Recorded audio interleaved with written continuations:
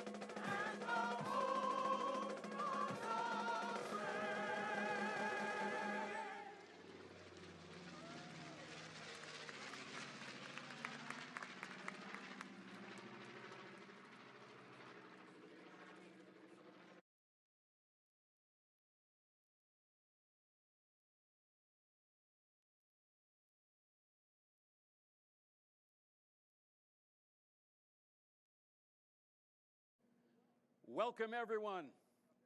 I'm Jerry Revish, retired news anchor, WBNS 10 TV Columbus, and I've spent 48 years on the air in Central Ohio. I have covered a lot of big events, and this is certainly one of the biggest. In fact, it is transformative, and it'll impact our area for generations to come. And I'm truly honored to be a part of this celebration today. This is the official groundbreaking ceremony for Intel's latest semiconductor manufacturing facility in the United States, right here in the heart of the country, Licking County, Ohio. So, Ohio, are you ready? Without further ado, I am going to introduce to you Intel's Chief Global Operations Officer. It's his team that is responsible for making all of this happen. Keyvan Esfarjani. Hey, thank you, Jerry.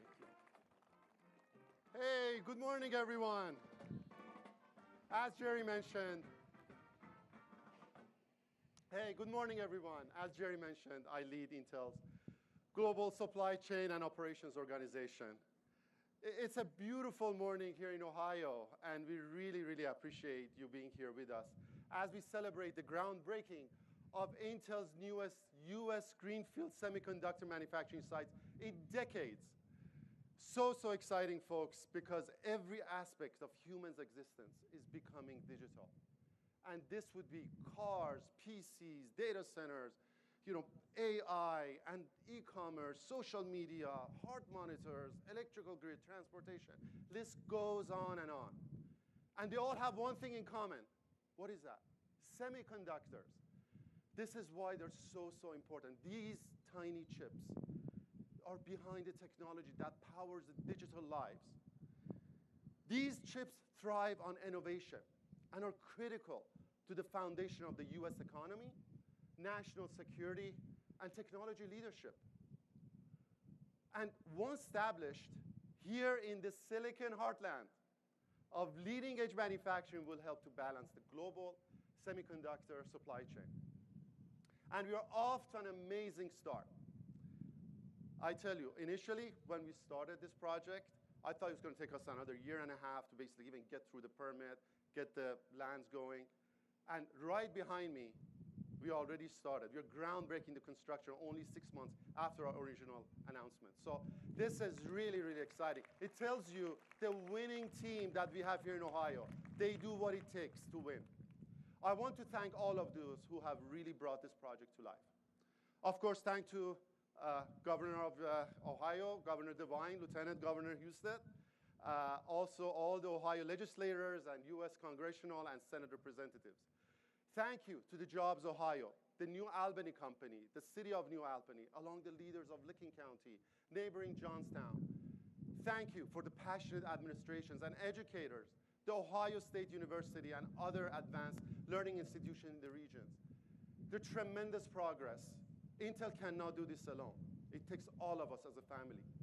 And thank you to the Ohio Building Trades Council, North American Building Trades Union, and so many, one of our value crafts. Together, our teams are working side by side to do something wonderful and establish the Silicon Heartland as a cornerstone for the semiconductor manufacturing industry. I remember my very first visit to Ohio. We talked about how building a leading-edge semiconductor operations will build a great future together for generations to come. And on behalf of my 37,000 team members in Intel manufacturing teams all around the world, I want to welcome Ohio to Intel's family.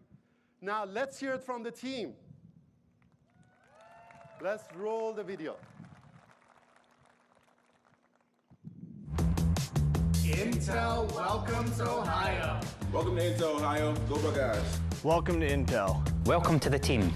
Go Team Ohio. Welcome to Intel. Go Team Ohio.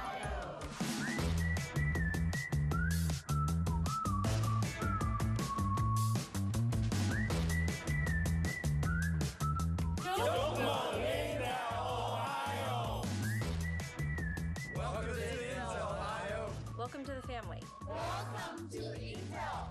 我们是一家人。Welcome to the family. OH? You were built for this. Go Team Ohio. Go do something wonderful.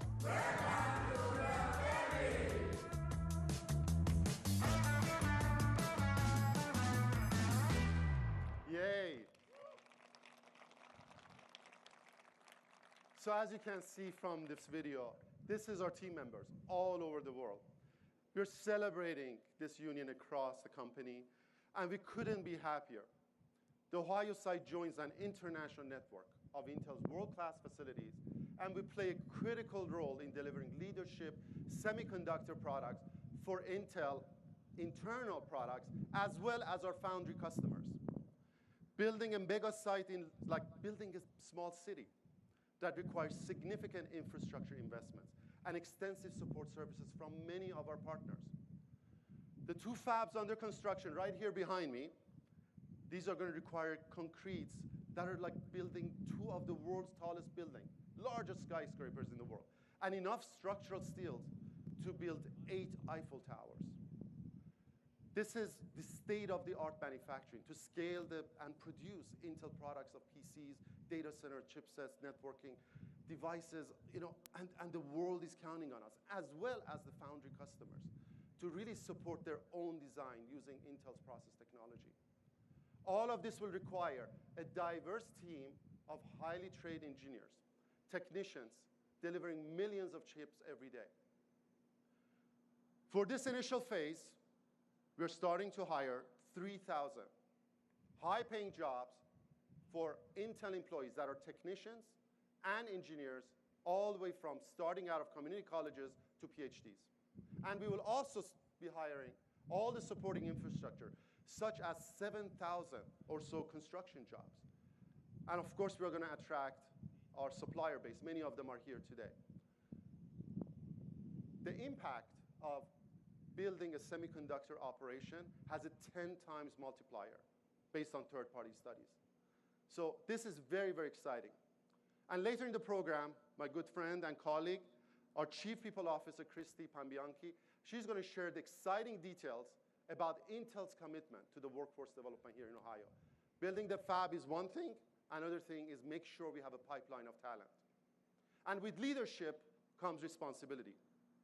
Intel plans to build a Silicon Heartland, and by being role models for highest standards of sustainability.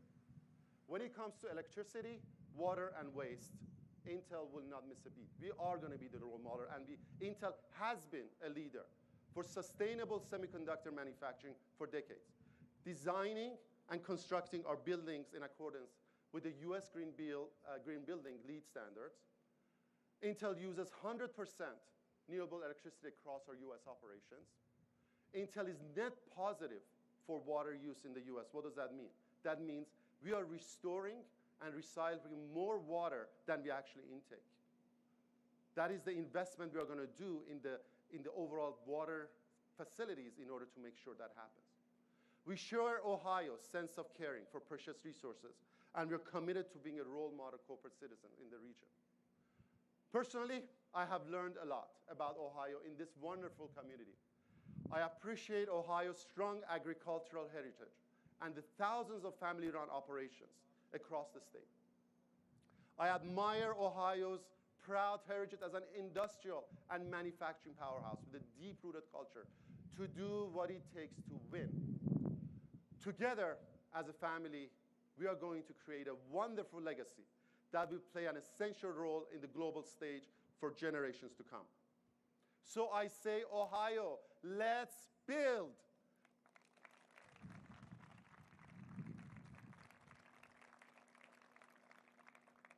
Up next is another outstanding leader who also celebrates an existing vision of future generations and has been with us on every step of the way. Please help me to welcome my good friend, Ohio's own Lieutenant Governor John Husted. Please.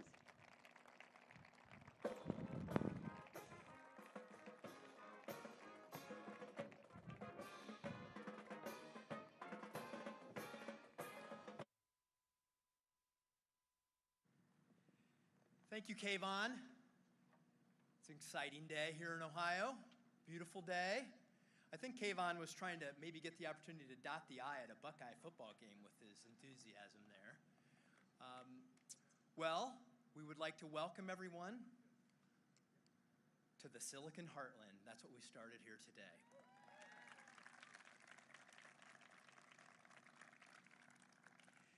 And I know back in January, we shook the world when Intel announced that they had chosen Ohio to build the most advanced semiconductor manufacturing facility on the planet. I was at the Lieutenant Governor's Conference yesterday. I heard from a lot of Lieutenant Governors across the country. We're a little jealous about that. It was wonderful. Ohio won. We celebrated. And we're about to break ground, and it's time to deliver on the promise of building a massive semiconductor production facility and supply chain right here in Ohio. Delivering on Ohio's promise is critical. Let me describe what I believe is at stake. Our work in Ohio will determine whether America's economic and national security will be strengthened by creating a stable supply of computer chips.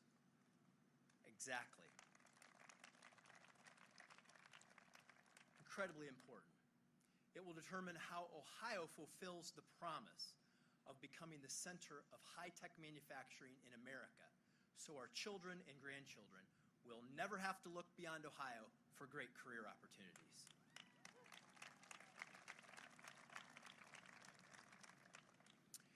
There is great opportunity to be seized here with optimism for the future growth of the computer chip industry.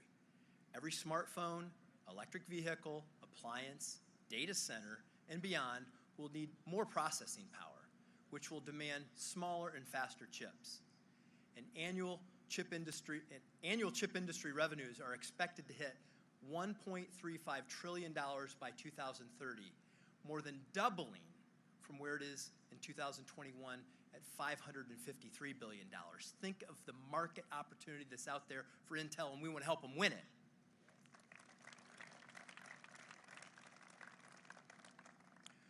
Winning Intel's investment wasn't secured by chance.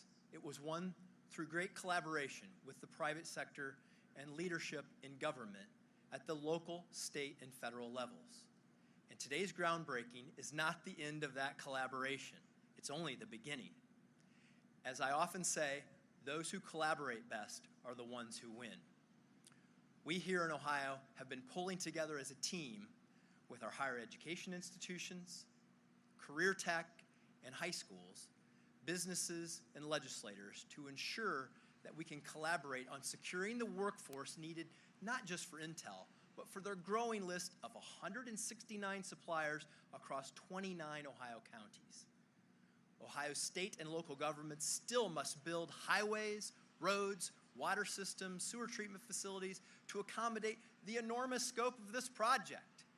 Ohio's construction industry, and I know there are a lot of you out there today, the leaders of that industry and the workforce must build the project on time and within budget, right? We're going to get it on a budget. Ohio's educational institutions must adapt to shape a workforce that will need more engineers, technicians, machinists, electricians, pipe fitters, sheet metal workers, and construction workers. The good news is the skills that most of the workforce will need to qualify for these jobs can be earned at local high schools, career centers, community colleges, and even through an apprenticeship. There's still much work to be done at the state and local government economic development level to secure the supply chain of the semiconductor industry for Ohio. This will involve talking to businesses, identifying sites, training the workforce, building out the infrastructure to accommodate the businesses that will be moving here or expanding here in our state. And we're ready to do this. Local governments will need to plan for this growth in a way that provides for a mix of residential housing, green space, amenities, and the industrial and commercial businesses that will be consistent with the community's aspirations. They will lead. Ohio's ready for the challenge. It's time to get to work and win. And I want to introduce now one of those winners, one of the winning collaborators on this team, JP Nassif, the president and CEO of Jobs Ohio. JP?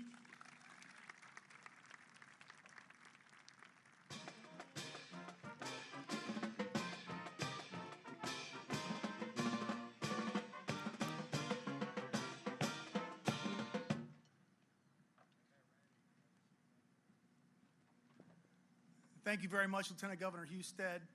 And this state has certainly benefited from yours and Governor DeWine's steady and responsible leadership. This deal would not have happened without your active involvement, and we're very grateful for that as a state. And it is a great day for Licking County and for Ohio and for the American Midwest and for our country. The enormity of the site is fitting because it reflects and matches Intel's ambition for the future of the industry and Ohio's ambition for where we want to be and for our economic future. Jobs Ohio is Ohio's private economic development corporation. We work outside but alongside government. I'm very grateful here to be representing the outstanding Jobs Ohio team and our wonderful 6 network partners. We collaborate together so we can go from a state level down to a local level very quickly, and that was required on this project. The immediate economic impact has been well documented. $20 billion of new capital investment, 3,000 high-paying jobs, 7,000 construction jobs, tens of thousands of additional jobs. Those jobs will tap the full range of our most powerful resource, and that's our world-class workforce. It's going to be a magnet to retain, attract, and as the Lieutenant Governor said, we're going to keep more of our kids and grandkids right here in our state because of opportunities like this.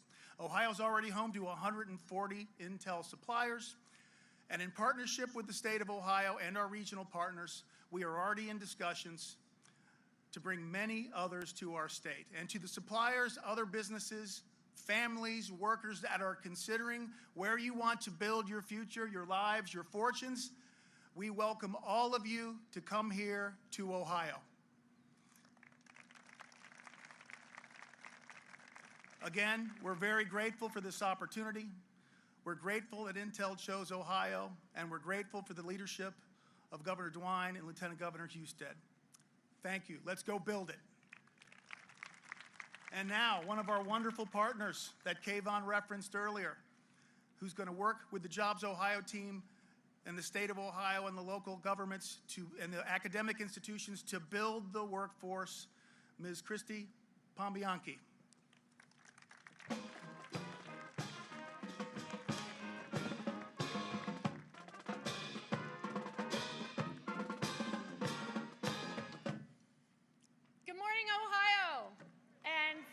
JP and to Jobs Ohio.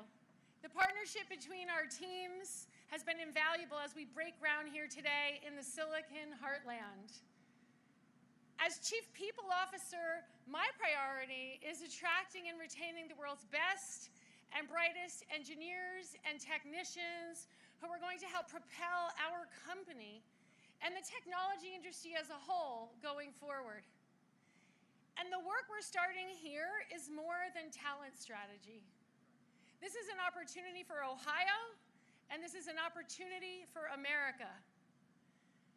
Like you heard from Kayvon earlier, there's an unprecedented demand for semiconductors globally.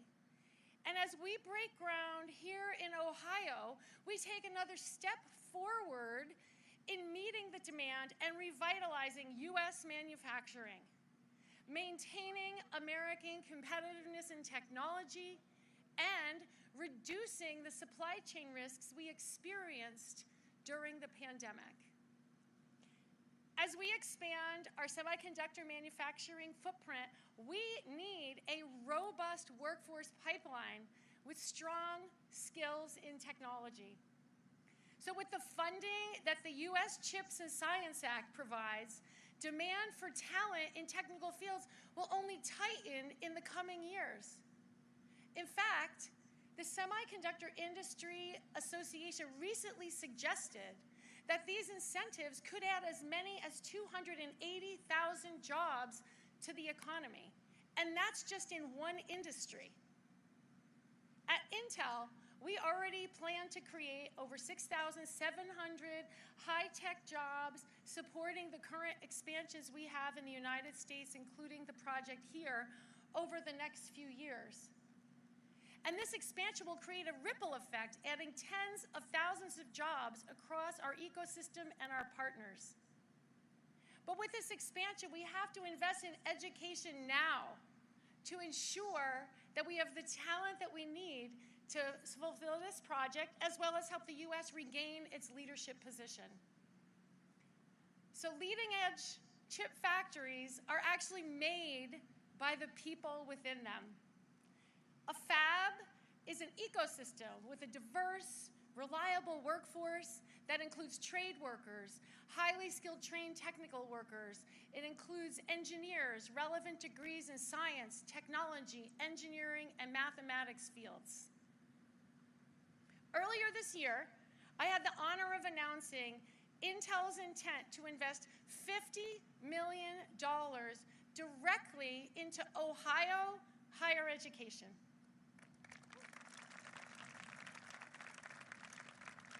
Our goal is to partner with institutions to build a pipeline of talent and bolster education opportunities here in Ohio.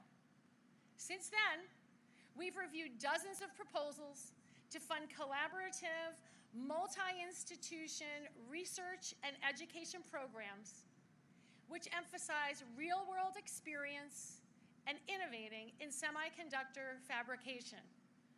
And so as part of this commitment, I'm really proud today to announce the first phase of the funding for Intel Semiconductor Education and Research Program here in Ohio.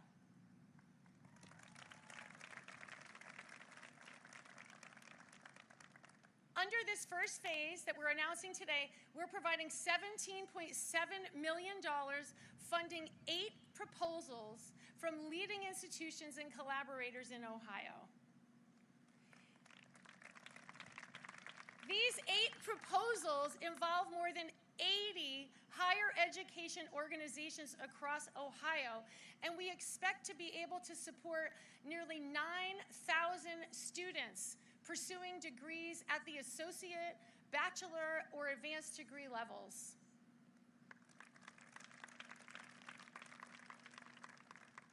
One-third of these students will be from underrepresented groups, and more than 1/4 of them will be women.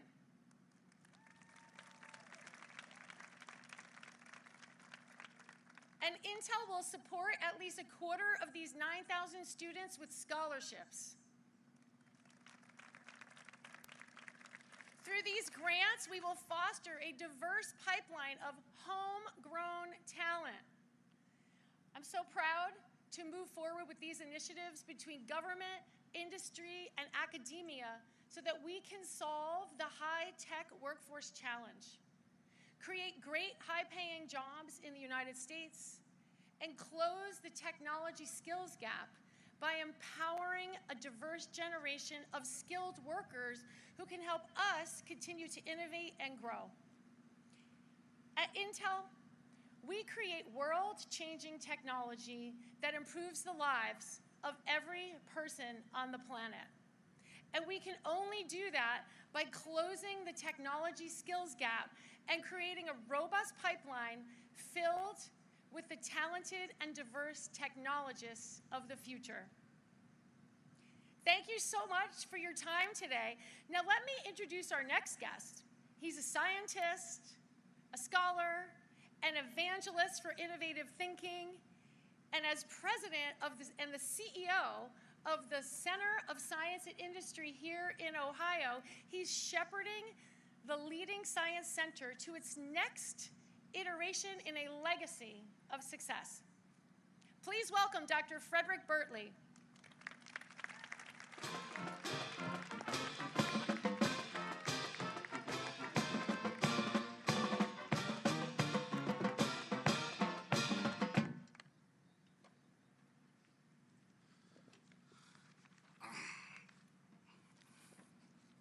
Thank you so much, Christy. I'm going to tell you a story.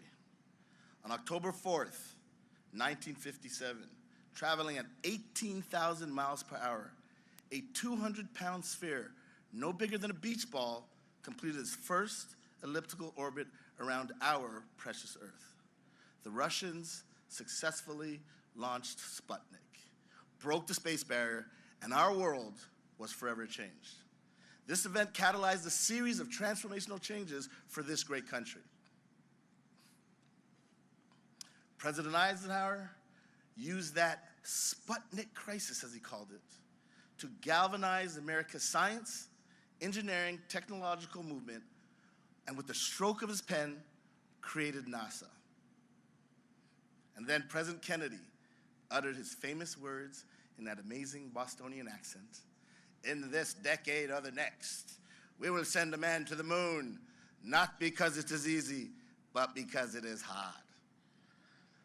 We then relied on the great state of Ohio, where flight was first invented, the state that birthed the great Senator John Glenn, who became the first American astronaut to circumvent the Earth, and the same state that birthed Neil Armstrong, who in 1969, 11 years after Sputnik, shattered our world and became the first human to walk the moon. The United States was back on top. And during those 11 years, we produced more scientists and engineers than any other time in history. And more importantly, the public had a healthy appreciation for the importance of science and technology education. Well, it's only fitting that on this very weekend, as we celebrate 60 years since JFK's historic speech, we are back in Ohio celebrating this Intel investment. An investment which, like Sputnik, will catalyze the next generation of scientists, engineers, and technological experts from this very local and the more global communities. You see, this is more than an Intel story. This is more than a Licking County story and Central Ohio story. This monumental and unparalleled Intel groundbreaking is an American story, one of American inspiration, innovation, and transformation. And so as the president and CEO of COSI, the #1 science museum in the nation, I could not be more thrilled to partner with Intel to provide educational opportunities and support the robust STEM pipeline you just heard Christine and others talk about that will provide jobs, uplift individuals, and change the lives and communities for generations to come. So as we symbolically break ground today on this Intel venture, remember, we are witnessing the latest and greatest evidence of American innovation. It just happens to be in this amazingly prolific state of Ohio. Thank you, Intel. Thank you, President Biden. Thank you, Governor DeWine and Lieutenant Governor Houston. Thank you, guests, and thank you, America. It's now my pleasure to introduce another great leader to this stage, none other than our Director of the Ohio Department of Development, Ms. Lydia Mihalik. Thank you.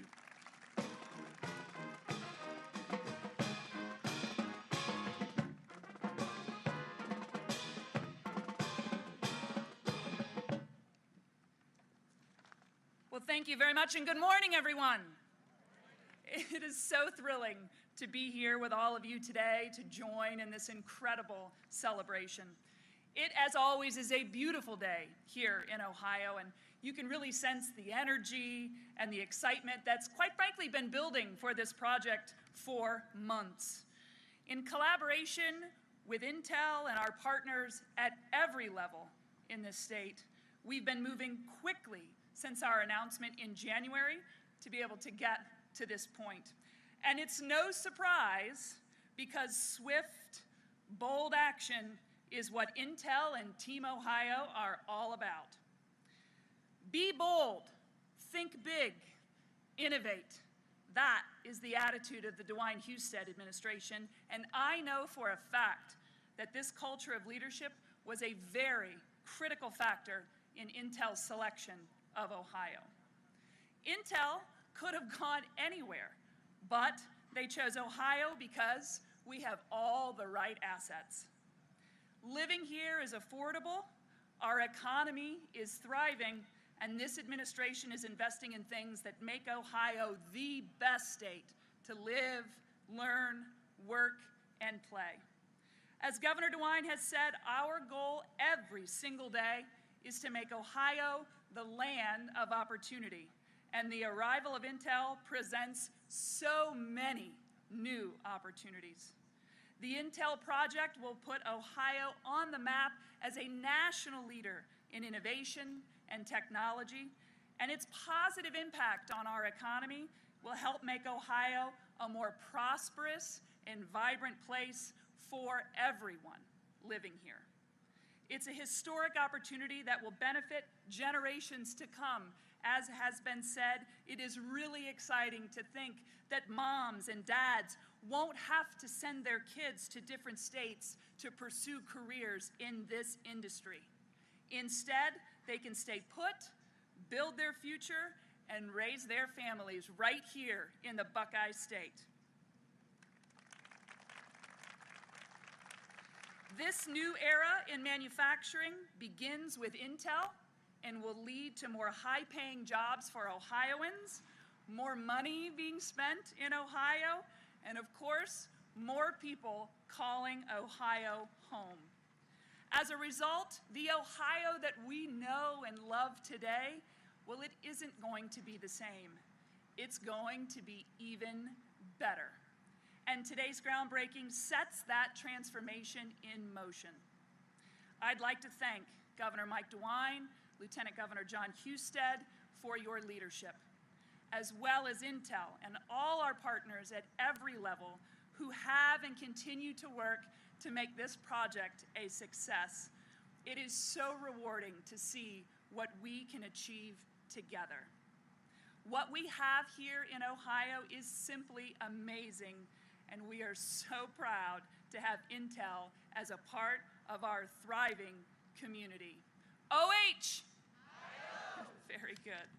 All right, well now it's my pleasure to introduce a great champion of this project and a wonderful partner of this administration and of the future workforce for the state of Ohio, Dr. David Harrison from Columbus State Community College.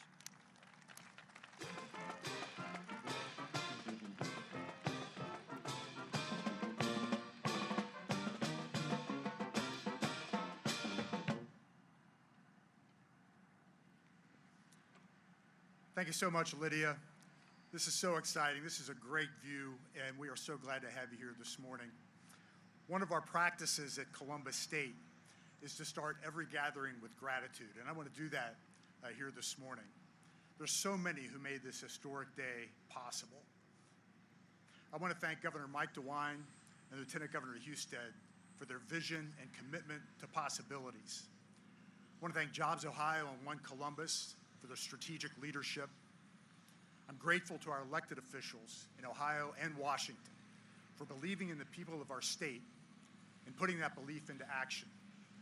President Biden's signing of the CHIPS Act last month elevated the biggest economic and workforce development project in Ohio's history to one of global significance. Thank you to these and other leaders who made this day possible. And of course, I want to thank Intel for choosing Ohio and for recognizing the role that Ohio's colleges and universities can play in realizing their vision. As Christy said in their March announcement at Columbus State, Intel committed $50 million to our institutions. And the support they announced this morning, as she alluded to, will establish the Ohio Semiconductor Collaboration Network, a statewide effort led by Columbus State and the Ohio Association of Community Colleges. This investment will enable Ohio's 23 community colleges to enhance our curriculum, build faculty expertise, and prepare thousands of Ohioans for incredible careers with an explicit goal of more than 1/3 from historically underrepresented groups. Intel's deep commitment to diversity and equity is shared by Ohio's community colleges. Their work to advance technological readiness in underserved communities, their commitment to expand opportunities for women in technology, and their explicit focus on veterans aligns perfectly with what community colleges do every day. The career pathways we'll build together will result in life-changing economic opportunity for thousands of Ohio students and families, and will go a long way to establishing a new equitable standard of prosperity for our state. As I've learned about the semiconductor industry the last several months and the talent that drives it, it's become clear to me that these are our jobs. These are community college jobs. We were built for this moment, to prepare Ohioans for the highly skilled manufacturing technician roles that will be a lifeblood of Intel's success here. We look forward to getting to work. Thank you. I mentioned the leadership of our elected officials. It's now my great pleasure to introduce one of those leaders, U.S. Congressman Troy Balderson.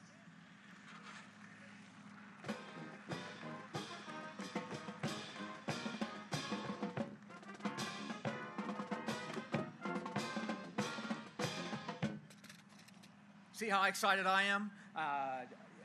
Good morning, everyone.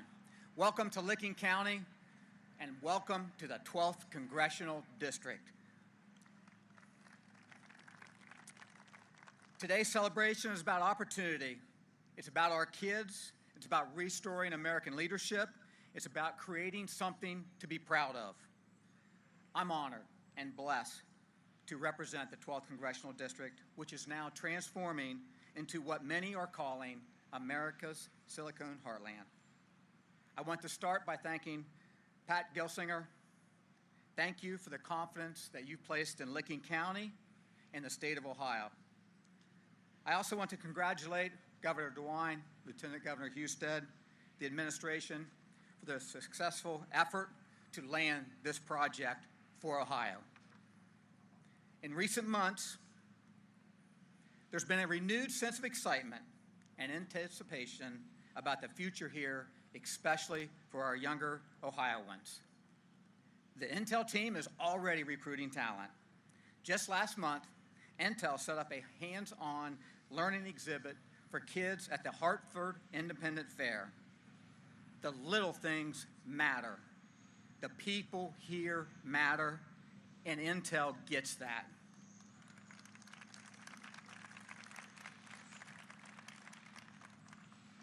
The place we stand today is much more than an empty field. For generations, this community has been a place of opportunity. Last week, I had the chance to speak with students at the Career and Technical Center of Licking County. These kids gave me hope. They serve as a reminder of the fundamentals for success in America about much more than a college degree. They remind us that we can achieve anything we set our minds to if we work hard and make smart decisions. These students and so many others like them from across our region will be the ones who make this fab a reality. Electricians, welders, heavy equipment operators, mechanics, HVAC technicians, and more.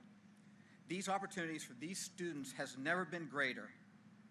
They're excited and they're ready to take the challenge on for making this a success. You see, addressing the United States semiconductor shortage is about much more than reducing our reliance on foreign manufacturing. It's about investing in our kids and defining the air before us. The concrete trucks are ready, the road work is in motion, and Central Ohio is excited about its role in ensuring that the United States leads in the manufacturing of these critical products in the years and decades to come. I am honored and blessed to represent this community. It's hardworking people and to join the Intel team here today to mark this historic milestone. Thank you all so much for being here.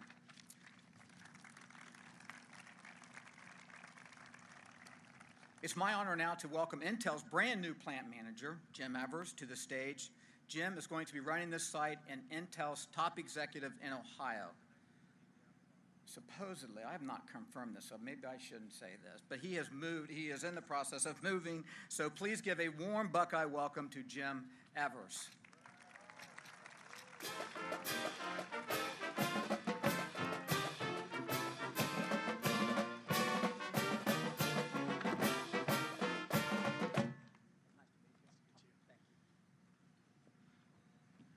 Hello, Ohio.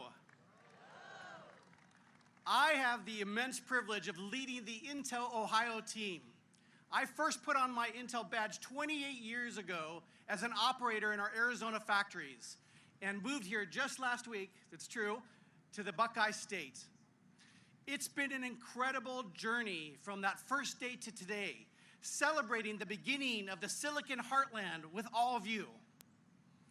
I am so grateful to be here. I'm grateful to Intel, to Pat, to Kayvon, to the manufacturing leadership team for putting your trust in me to lead our team here in Ohio. I'm grateful for our team in Arizona that helped shape the leader that I am today. And I'm grateful for the warm welcome that I've received from many of you as I've traveled here over the last several months. You've really made me feel at home. My commitment to Ohio is that over the next few years, my priority will be to build the team which will manufacture the world's most advanced technology right here where we're standing and digging in the background here. I'll be focused on creating a work environment where our employees thrive. They not only will have great salaries, but they'll have meaningful work. They'll have career development and work in a fab environment where they will generally be respected, valued, and loved. This team will drive performance that delights our customers. So my message to our potential customers is sign on with Intel and come fill this Ohio dream of fields. My promise is to hire the people of Ohio, the Midwest, and around the world to create the Silicon Heartland, beginning here in the wonderful Buckeye State.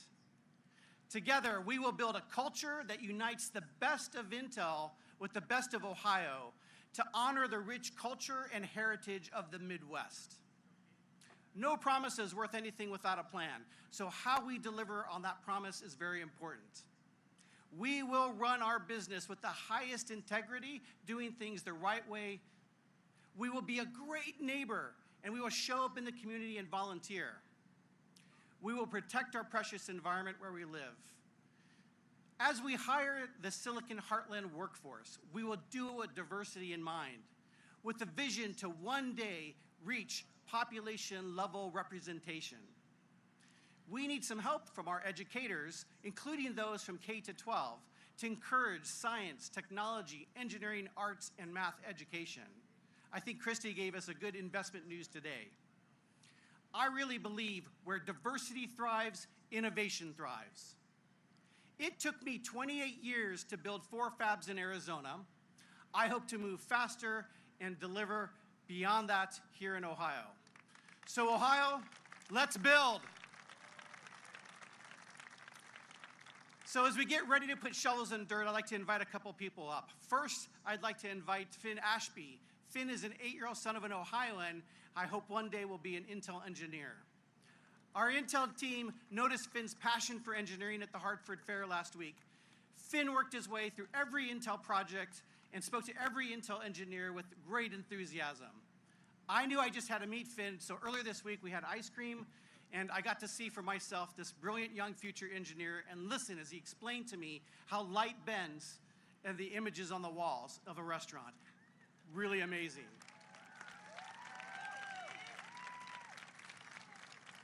And with that, I'd like to also invite our CEO, Pat Gelsinger, and our Chief Global Operations Officer, Kayvon Esfarjani, to come up and lead us in this official groundbreaking to commemorate today's historic occasion.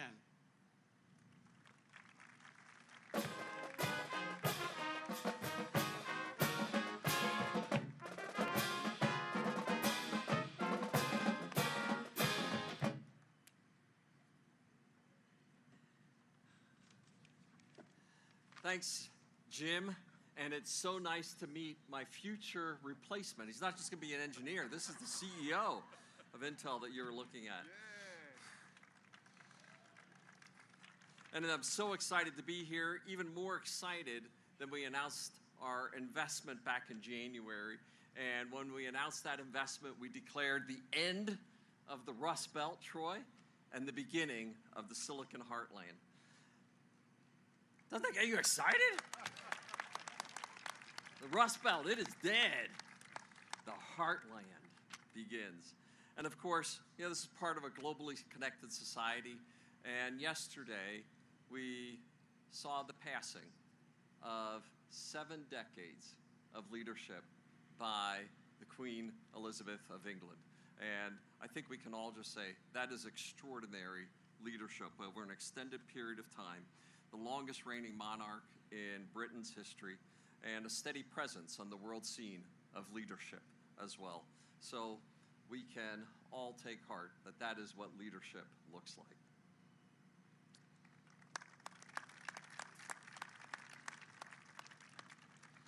And today, we continue building on an era of innovation, the proud manufacturing, and I must say, the welcome that we have received here, because we want to build stuff, and the welcome that we have received since we began these discussions in Ohio is nothing short of tremendous. Education, manufacturing, good old Midwest values. We are thrilled that this is what the Silicon Heartland will represent for this area, for the state, for the Midwest, for this nation. So let's come together. And let's start building the heartland, and let's go dig. All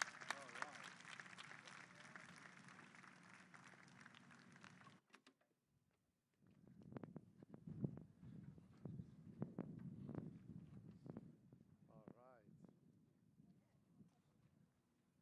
Here we go.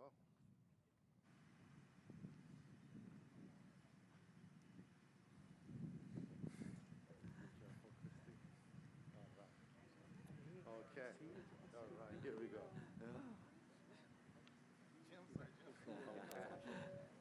Jim, come on.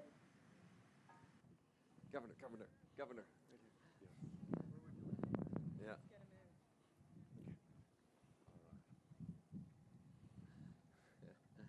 Senator.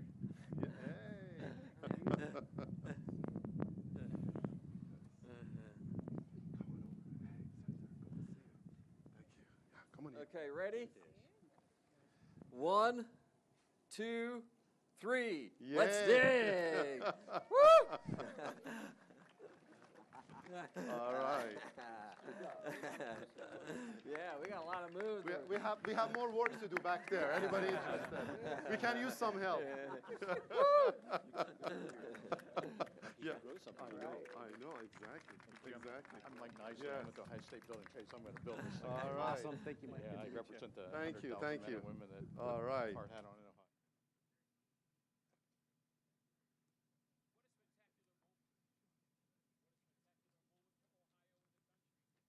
Give our groundbreaking crew a round of applause for this historic moment today. How wonderful, how wonderful. Much more to come, folks. We are going to take a break here, a short intermission, so that the folks here can head back into the tent and enjoy some refreshments and check out the amazing Intel technology on display, and we'll be back soon with much more.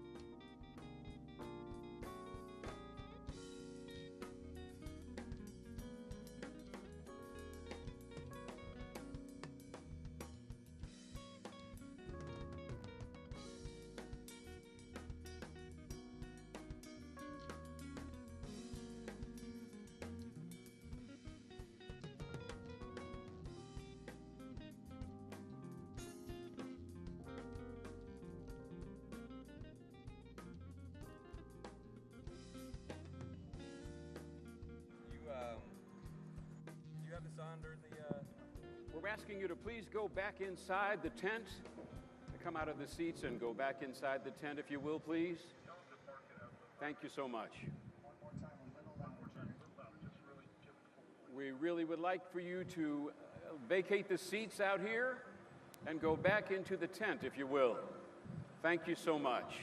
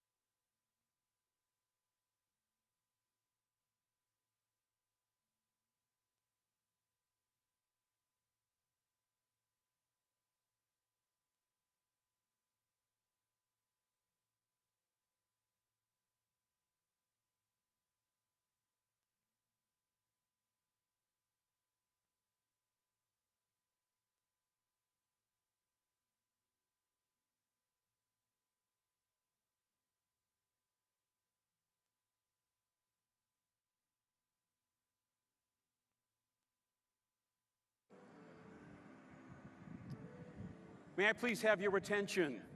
We are asking everyone in the seats to return to the tent for security reasons. Please vacate the seats and return to the tent for security. Thank you so much.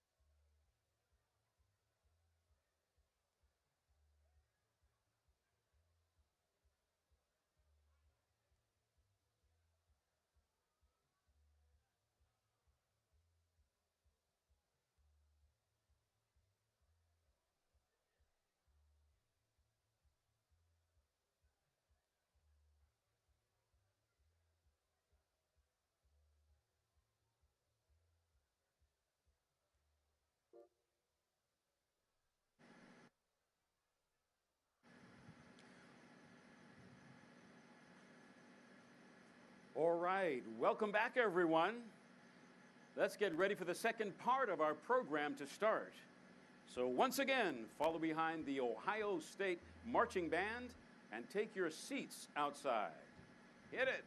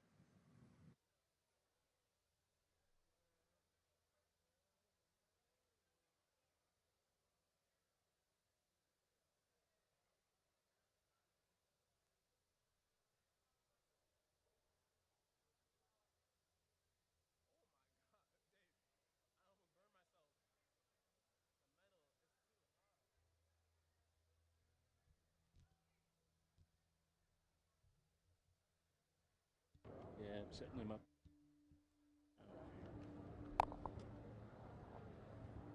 And Andrew.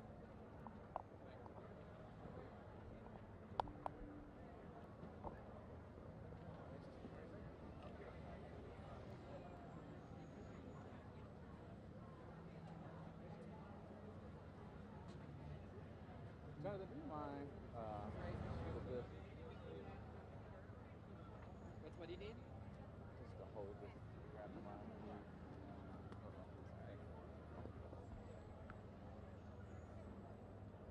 Sorry, go ahead.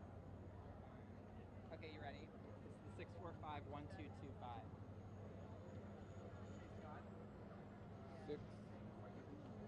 614? 614-645-1225.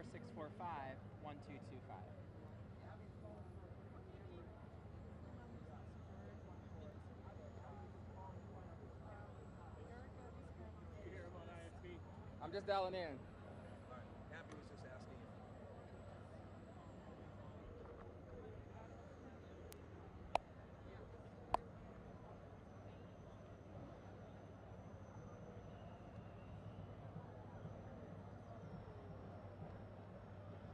Okay, Jen's laughing at my messages, so I think we're not in trouble.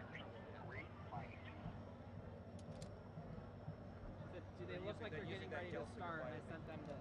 What'd you say? I think they're using the Gelsinger bike for an entire year. Okay. Like free money. This thing is not working. Our windows are so durable and our installers are so talented, unlike some other companies. Our warranties cover the windows, patio doors, and the installation. It's really impressive that they know the product, they manufacture the product, they sell Let me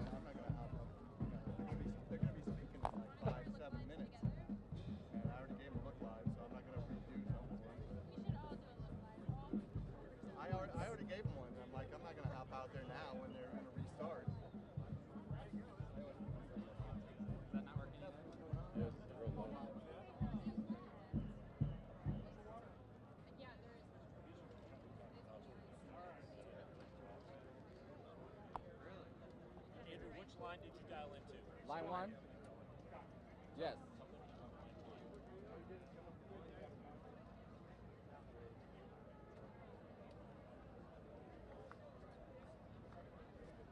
I can barely hear you.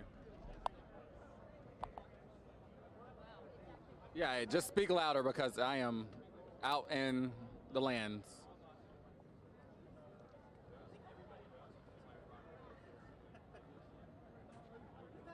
Which is true.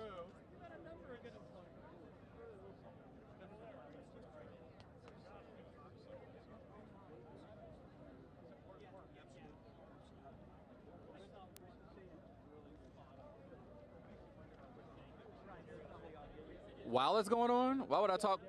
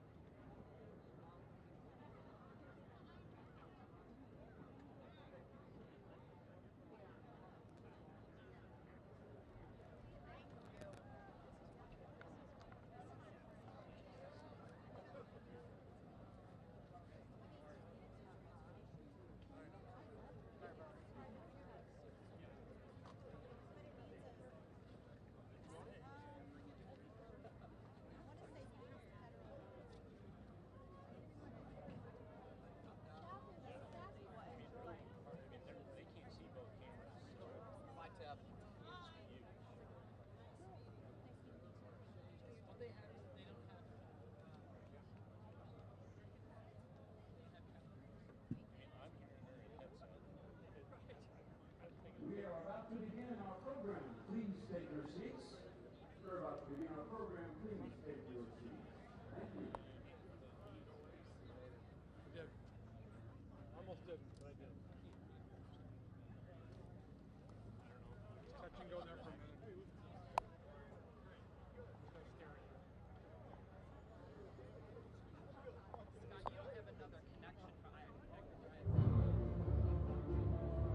Welcome, everyone. I cannot hear anything. We are coming to you live from Lincoln County, Ohio, to celebrate an amazing moment in history. It's an opportunity to do something wonderful and necessary. This is the site where Intel is breaking ground for its newest chip manufacturing facility. This also will extend Ohio's rich history in innovation and manufacturing to become a leader in semiconductor production, the technology that is vital to our daily lives and our future.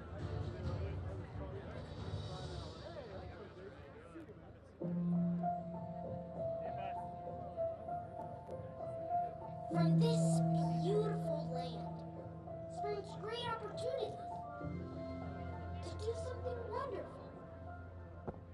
Yeah, Brittany, they just finished the intermission. I'll step out of the way. They're showing a video before the president arrives here. He is on site here in Lincoln County.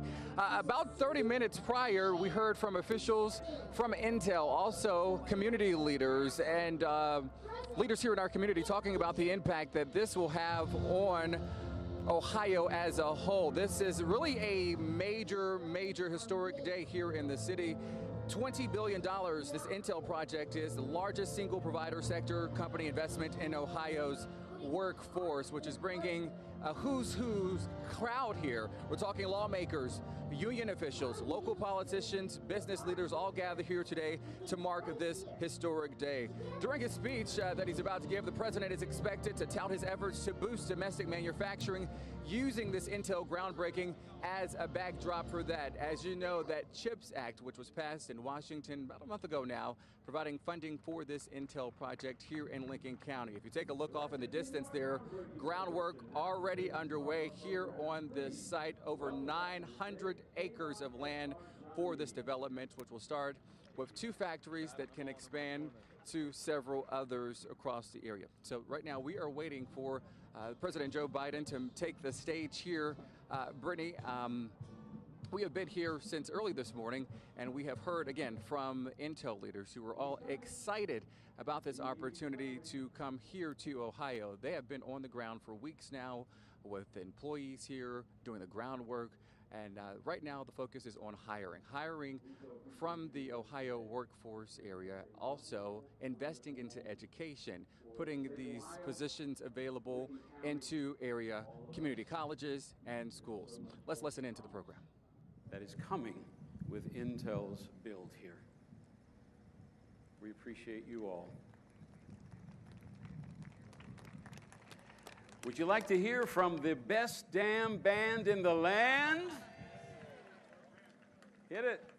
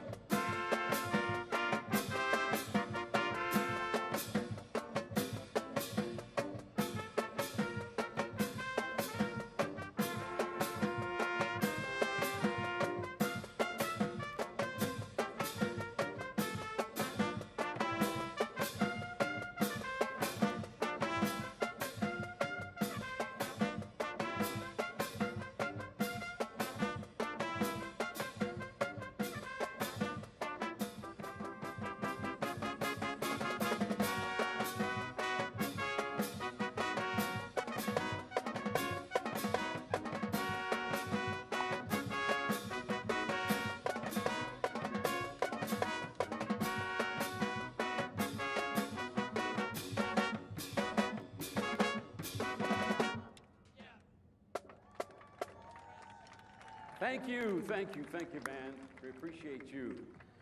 Please join me in welcoming the governor of the great state of Ohio, Governor Mike DeWine.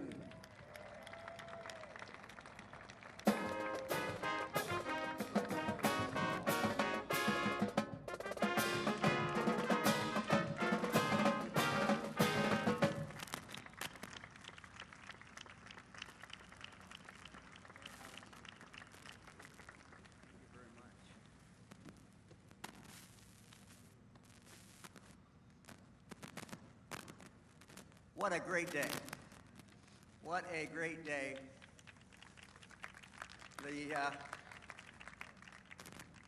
The president will be here in a moment. I normally would acknowledge him and welcome him to Ohio, and I will do that. To Senators Brown, Portman, members of Congress, state and local officials, and members of the Ohio State Legislature. We celebrate today a great victory for Ohio, but an even greater victory for our country.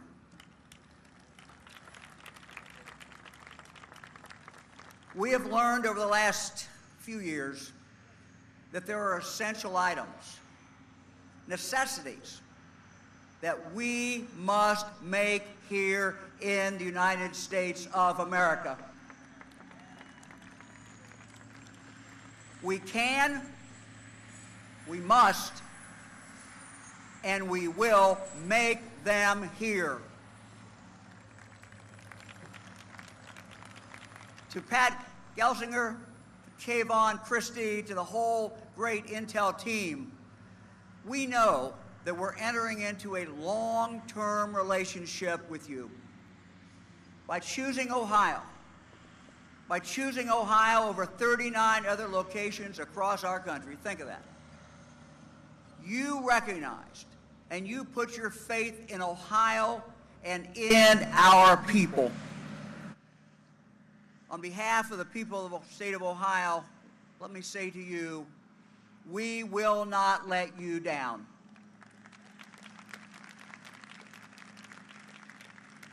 To my fellow Ohioans, this is an historic moment for the Buckeye State. By choosing Ohio, Intel has recognized what we have known all along, and that there is simply no better place to raise a family than Ohio. No better place to live. No better place to start or to grow a business. And no place that provides more opportunity than the state of Ohio. My fellow Ohioans, by choosing Ohio, Intel has placed its faith in you. They have placed their faith in our women and our men who are building these fabs right now. There is a children's book. It's titled, They Build the Dream. And to the men and women who are out there today and who will be here for years building, we say thank you. Thank you for building that dream. And to those who are the Intel suppliers and the suppliers of the suppliers and on, we thank you. You also are building that dream. Intel is placing their faith also in those who are teaching the next generation of Ohioans and those who are preparing them for the jobs of the future. Because for all our other assets, our greatest asset is our people. Ohioans are the heart of the new Silicon Heartland. Just think about it. Today, at this moment in Ohio, today, right now in Ohio, there are young men, young women attending our 14 public universities and others in our 74 private liberal arts colleges and universities, studying mechanical, industrial engineering, other things, all of whom may one day work here at Intel or in some other great Ohio high-tech job. Just think of it. Today in Ohio, there are young men and women in our 23 great community colleges studying microelectronics or electronic engineering technology who will one day work here as manufacturing technicians. Think about it. Today in Ohio now, there are young men and women in our 50 career centers, high school career centers, studying the STEM disciplines, who will one day work here in a wide variety of occupations, from high-tech manufacturing and cybersecurity to also the skilled trades, electricians, pipe fitters, HVAC technicians, sheet metal workers, who will, in the future, be building the 3rd and 4th fabs, the 5th and 6th fabs, and the 7th and 8 fabs, and on and on. My fellow Ohioans, this is a great victory. This is a great victory, and it is just the beginning. In the days and months and years to come, there will be many more victories in Ohio because we are investing in and preparing our young people and our older people for the future.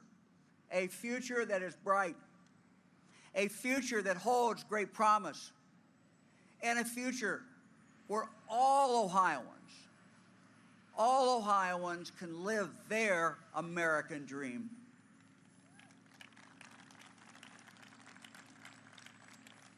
It's a great day in Ohio. Let's celebrate today. It is a great day in Ohio. And the best is yet to come. Thank you very much.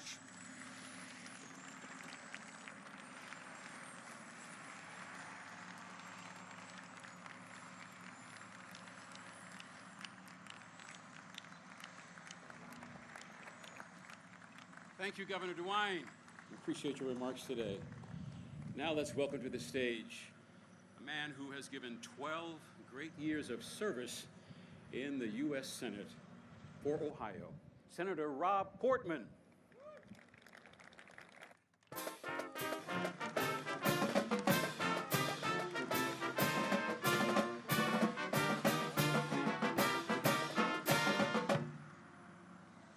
Thank you very much. And what do you think about this gospel choir and the best damn band in the land? I like my walk-on song, guys. I'll take that with me everywhere I go. It is awesome to be here this morning with everyone to celebrate a huge victory for Ohio jobs and for Ohio's future and our country's future. As we break ground for the world's most advanced semiconductor fabs in the world, unbelievable, creating this ecosystem that will be the Silicon Heartland. There are many to thank and congratulate. President Biden, who made his way to the Buckeye State today. I can't wait to hear what the walk-on song is going to be for him. I think I know what it is. Governor DeWine, who just spoke, Lieutenant Governor Husted, Senator Brown, Representatives Balderson and Beatty, and other House colleagues who are here, members of the Ohio House and Senate who provided important legislation for the incentive package, local officials, Dr. Johnson, economic development professionals. Those professionals like JP and Kenny worked their heart out. But most importantly, today, congratulations to the people of the great state of Ohio. It is your victory.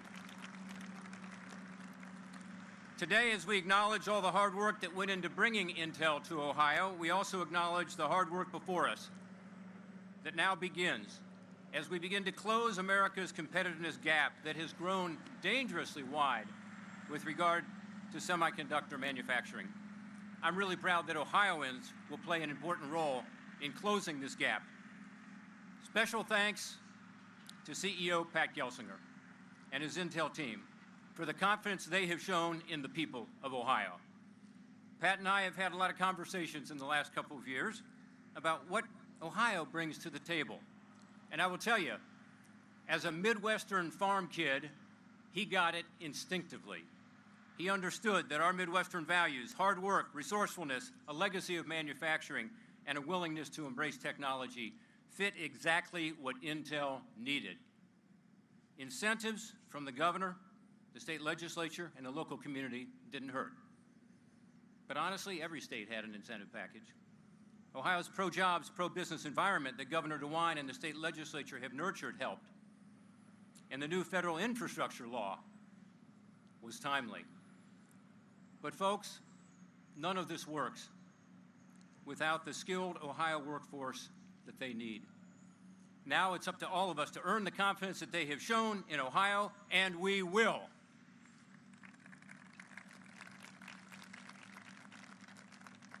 As will be said later today when we hear from Pat and the President, the passage of the Federal CHIPS Plus Act was also critical in making today a reality.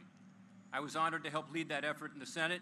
Each of my Senate and House colleagues here today played an important role. In this case, at least, Congress put partisanship aside and focused on how to close the growing gap in semiconductors and other technologies that will ultimately determine the fate of nations. Our dwindling U.S. semiconductor manufacturing is both an economic and national security concern. Not only has our share of global chip manufacturing capacity over the past 30 years fallen from nearly 40% to 12%, but semiconductors are more important than ever for everything, from F-150s to F-35s. And 90% of high-end chips being made in Taiwan and China dramatically growing its capacity, the supply chain has become more vulnerable, putting at risk the American economy and our military advantage. If it works as intended, the CHIPS Science Act will be the catalyst to spur all kinds of record-breaking technological investments and innovations, not just chips, and not just here in New Albany, as important as it is, but around the country and across the state. Intel's announcement to build here has already caused suppliers to look at Ohio because of the semiconductors. So let's get to work. Like we did with the CHIPS Plus legislation, let's link arms across the aisle and at every level of government and the private sector to meet the need. Let's help the building trades ensure those 7,000 skilled construction workers are there.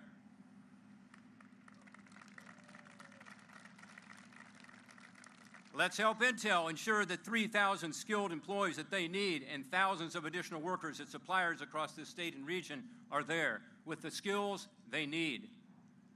Let's pass the Bipartisan Jobs Act in the United States Congress to redirect federal resources to skills training. If we all continue to work shoulder to shoulder as we have, this investment has the potential to be transformational for Ohio and to help America continue to be at the forefront of technological innovation and thus continue to be that beacon of hope and opportunity for the rest of the world. Thank you and Godspeed.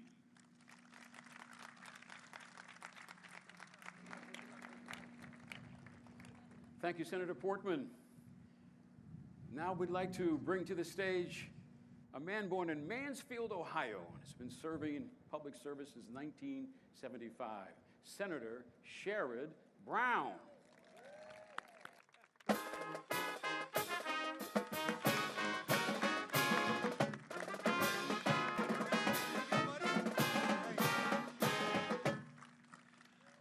Jerry Revish, thank you. Milt Ruffin School of Music and Fort Hayes both, I think. I'm not sure. Maybe not. And the best band in the land, good to see you all. Thank you. In January, when Secretary Raimondo and Senator Portman and I were flying to Columbus to announce this investment, I remember looking out the window of the plane at all the places that have long been ignored by Wall Street and passed over by corporate America and forgotten by our government. And I thought about how, from that day forward, we're going to change that. I remember turning to Rob and to the Secretary and saying, today we are burying the term Rust Belt. Ohioans know what's happened over the last 30, 40 years. Corporations searched the globe for cheap labor. First, they went to anti-union states, closing down plants in Mansfield and Cleveland and Akron and Circleville, and moved to anti-union states in the South. They lobbied for tax breaks and bad trade deals to move more manufacturing jobs overseas, always in search of lower wages. Wall Street rewarded them for it over and over and over again. America invented the semiconductor, as you know, yet today 90% of them are made overseas. Pat, all of you, that stops today. Today with American investment, with Intel's investment in American production, American workers, with the CHIPS Act, with all the work we're doing with President Biden in the House and Senate, we're putting in place a new pro-American, pro-union industrial policy. The technology of the future won't just be developed in America. We're really good at that. We've done that for generations. It will be made in America, in the industrial heartland, in Ohio, all over this state, central Ohio and going out from here, where we built the engines of progress for generations. In this state, we have the history, we have the talent, we have the ingenuity, and finally, we have a federal government that recognizes that. This is what so many of us have been working for our whole careers. Good paying jobs, American supply chain, work for thousands and thousands of building trades workers. You know, when you love this country, you fight for the people who make it work. And today we break ground on an investment in our greatest asset in our country, American workers. Thank you.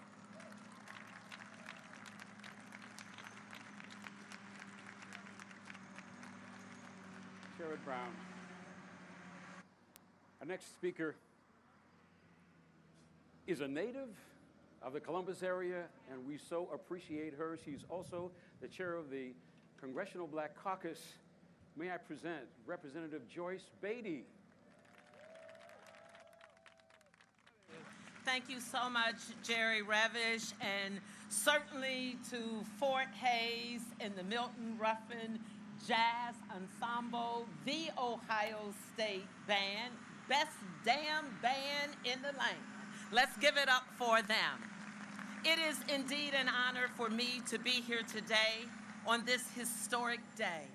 You have heard so much about why we are here and what is happening in Central Ohio.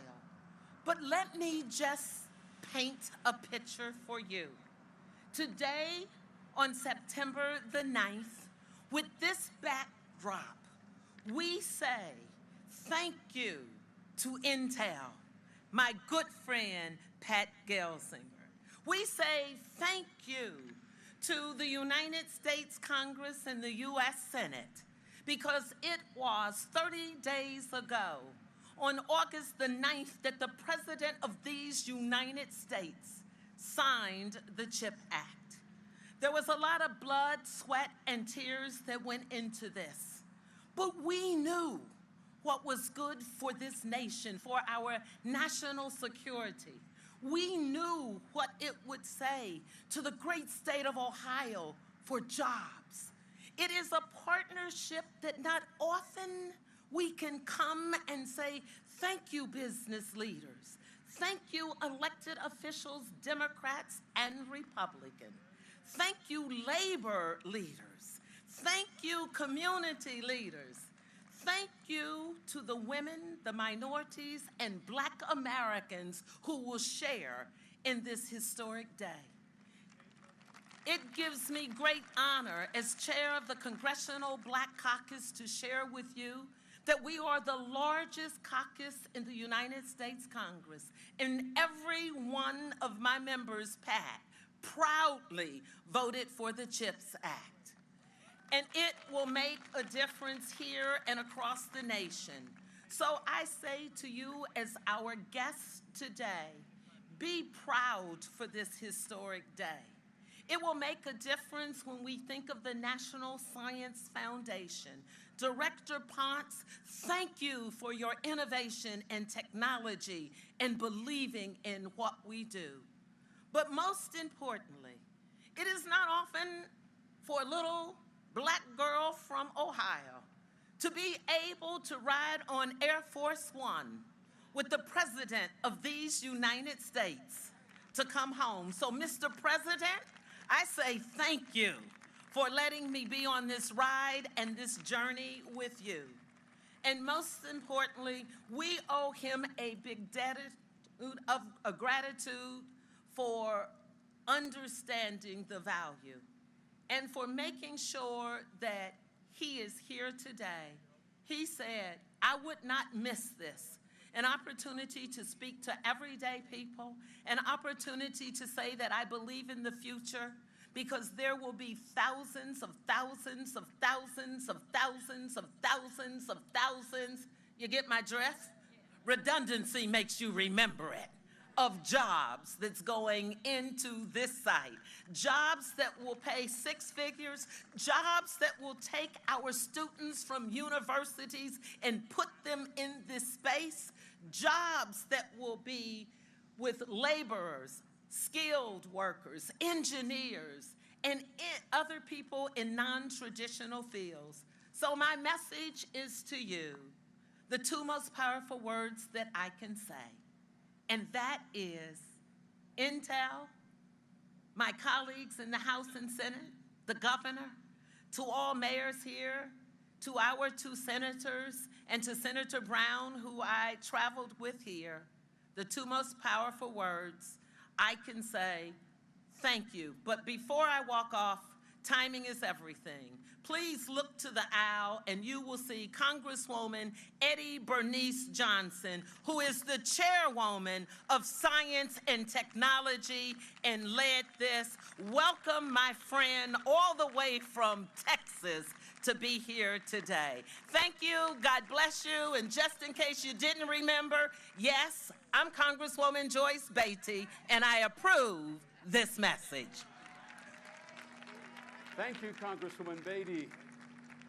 Please welcome to the stage the Chief Global Operations Officer, Intel, Kayvon S. Jarbani.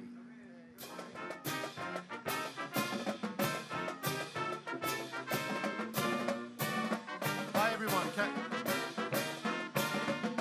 All right, folks. First of all, I'm going to keep this very brief. Most of you heard from me earlier today. There's no place better for me to be than here in Ohio today. We have an amazing project that's going to be going for us. We're going to build, the advanced semiconductor manufacturing, state-of-the-art manufacturing, right here behind us. The tractors, as you see, are happening. We're going to make this so amazingly successful. But with that, it's not just building the factory. It's going to require us to make sure that the pipeline of talent, collaboration with our universities, and of course, no better person here than, of course, the biggest advocate for this project since day one, our good friend, the president of Ohio State University, Dr. Christina Johnson. I want to welcome her to the stage here for her to exchange some words with you. Thank you.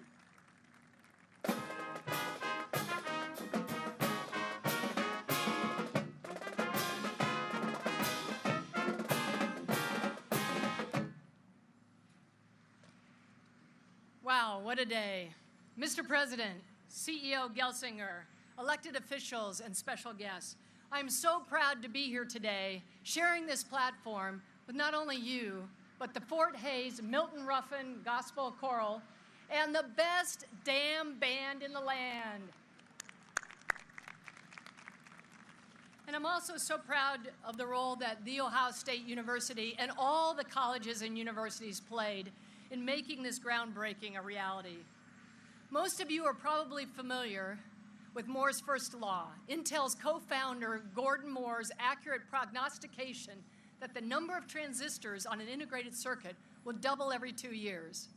And thanks to companies like Intel, since I was a chip designer in college, we've watched those transistor line widths shrink from microns to nanometers, and soon to angstroms.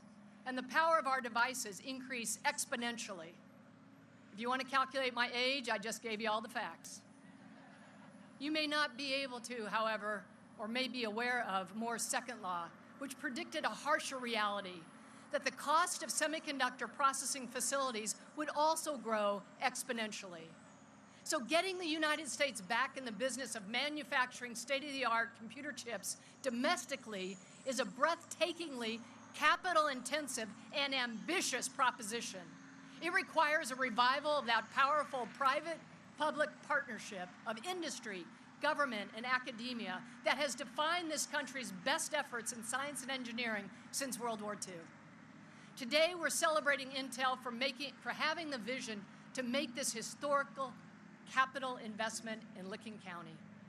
But we also thank President Biden, Commerce Secretary Raimondo, and the United States Congress for supporting American semiconductor manufacturing, design, and research, and for helping to even the playing field with the CHIPS and Science Act of 2022.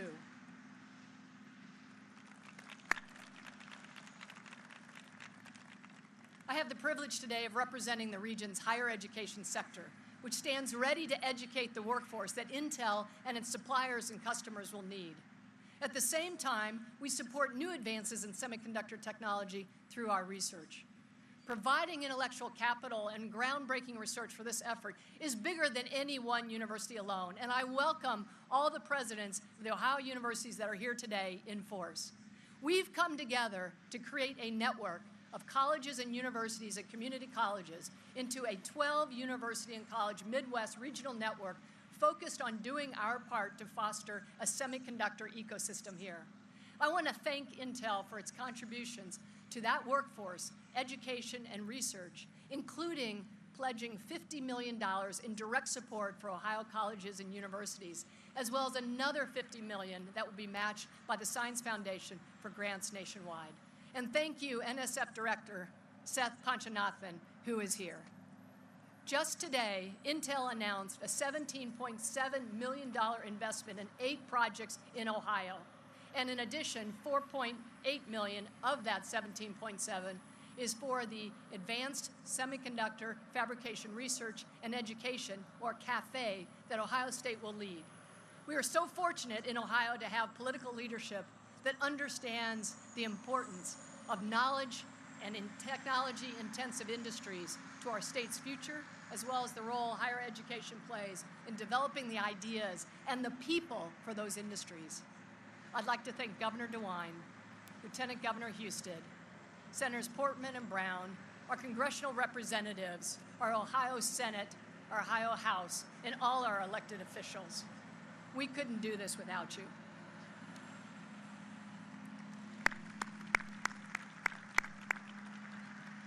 And of course, I'd also like to thank our amazing economic development partners, Jobs Ohio and One Columbus. As Intel breaks ground today, we're here to strengthen the Silicon Heartland. And that's what today is all about.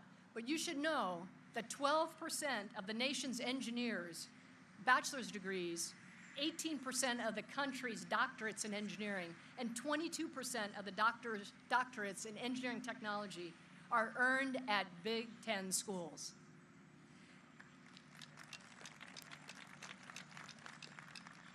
Those engineers will no longer need to head to the coast for cutting-edge jobs. They will be able to find them right here. The Ohio State University cheers the geographic expansion of intellectual and financial opportunity. This is a great moment for all of us. Mr. Gelsinger, President Biden, thank you for making this happen. Sina Johnson, please welcome to the stage Effion Hawkins.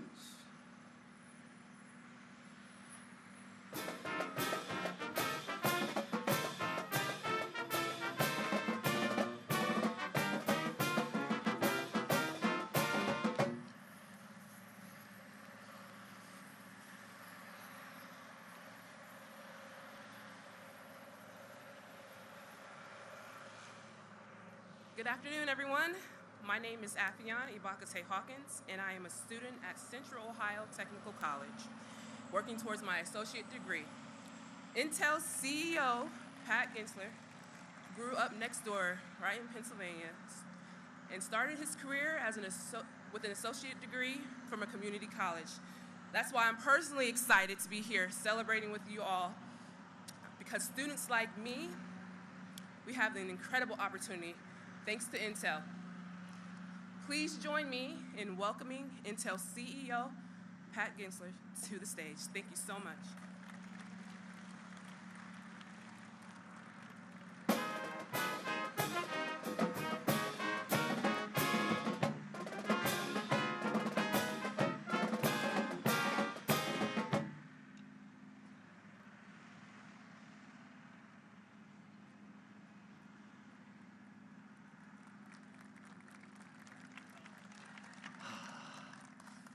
Oh, we made it.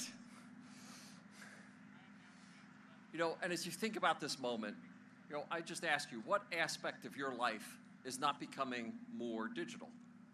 You know, every aspect of health, every aspect of social, every aspect of transportation is becoming more digital, and everything digital runs on semiconductors.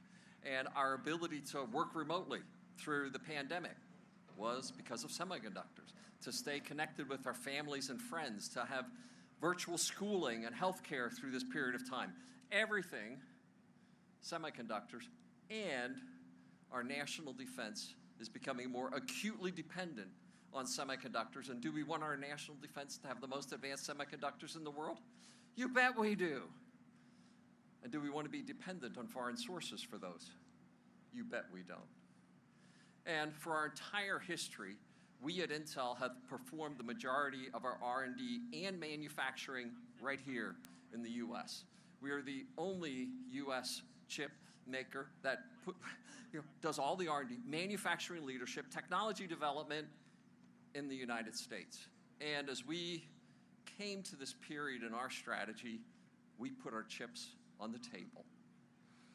Yeah, I like that joke too. And we did it. We put our chips on the table to help the U.S. regain its manufacturing heart as well as unquestioned technology leadership. And our partnership in Ohio is off to a great start. And under Governor DeWine, Lieutenant Governor, we just feel, come on down. Ohio wants us. And it's just been an incredible relationship. And the great support we've seen from the Ohio delegation of political leaders. And, Senator Portman and Brown, these have just been extraordinary partners for us. And I show up in D.C., and boy, we just go to work, together. And of course, Representatives Balderson and Beatty, just thank you so much for the partnership. And this great state of Ohio has this tradition of manufacturing. You all like to build stuff. And that's exactly what we're going to do together. We are going to build the most advanced stuff in the world right here in Ohio. And we benefit from this long tradition. Essential industries, steel, engines, automobiles, chemicals, and more. And because of that manufacturing tradition and the strong technology capabilities of the local universities, this became an obvious choice. And back in January, Ohio Senator Brown, made that statement, the Rust Belt is dead and the Silicon Heartland begins. And I'll say, he was the one to kill the Rust Belt, but Silicon Heartland, that was my phrase. But this idea of the Silicon Heartland, right, an epicenter of leading edge technology, and Intel's factory right here will produce the most advanced process technologies in the world. And our customers, our foundry customers, some of them being here today, they need the best stuff for their products. Everything from high performance mobile, artificial intelligence, advanced computing, cloud, all of that will be a result of these factories behind us. Advanced packaging, reliable workforce, including, as you've seen today, the most advanced trades on the planet are required to build this facility. And I'll just say, we are thrilled for the response that we have seen across that spectrum. And I say, every aspect of highly trained technical workers, construction, we're gonna get to work. And we only gave you half a day off for the groundbreaking, so don't screw around, get back to work. But it also is that pipeline of talent in science, engineering, mathematics, innovation, the imaginative, creative skills. And I like to say it's not just STEM, it's STEAM, science, technology, engineering, arts, and math. And the need for these skills in America is growing, and we're not keeping pace with that pipeline. And fewer U.S. students are choosing the sector of semiconductors and manufacturing engineering as a career choice. We need to change that. And we need to bring this workforce forward. And that's why you heard this morning from Christy Pambianchi, where we are committing our $50 million, the first $17.7 million committed in these first 8 partnerships with 80 participants. This is the first step, but it's just the first step. Because we are moving forward to build the next generation workforce and to harvest. And I want, as I say, I want every mother and grandmother in the state of Ohio to say, you don't need to go to the coast, come home and work right here. And it's not, and it's not low-end workers, it's not medium, it's not the highest PhD, it's not construction workers, it's not the next generation, of math. And we had, Finn up here, the next CEO of Intel. It is all of them across the entire spectrum is what we need. And as someone who began my career, my family is here. My mom and dad went to school in a one-room, 1st through 8th grade schoolhouse where my mom still lives today. She said, go to school.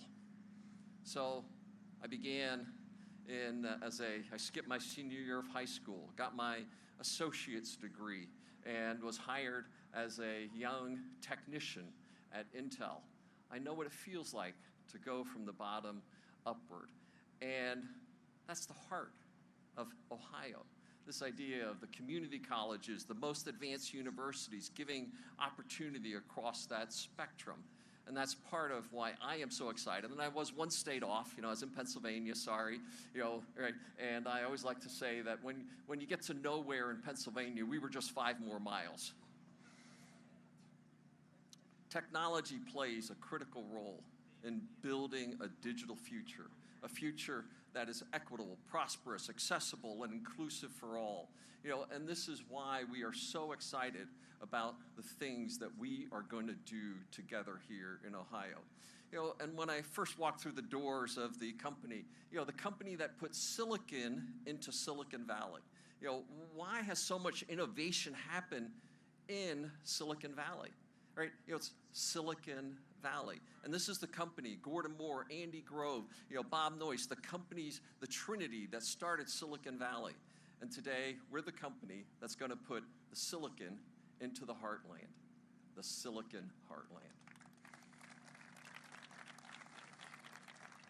But today, this is also a testament to the power of public and private coming together. And we have been aggressive in lobbying, working with the administration, working with the congressional leaders in the House and in the Senate, at the state level as well. Why? Because it is that important for the nation. And I'll tell you, the passage of the CHIPS Act, the most seminal piece of industrial policy legislation from World War II, we all together deserve to celebrate this moment. And I just say thank you all for all who helped make this most critical legislation happen.